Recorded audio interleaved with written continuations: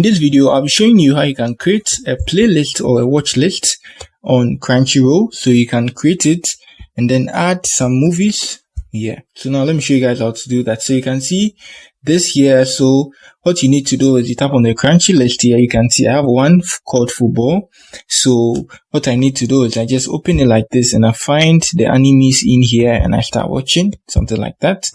So to create a new one, you just tap on this here, you give it a name. So let's say parachute. I'm just trying to come up with anything like that. Parachute, and I create the list, something like that. And now I search for the anime. So if you have any popular anime you want to add to this playlist or something like that, you just search it. Let's just search Phantom, and you see all the animes are going to pop up here. A single season, 12 episodes, a single season, 13 episodes. Tap on the plus button to add it. Yeah. You just tap to add, and you're good to go. So that's it on how you create a playlist or a Crunchy list on Crunchyroll app. If you are new here, give me a like. You can see it's added, parachute added to the football. So that's it. If you are new here, give me a like and subscribe to my channel. Peace.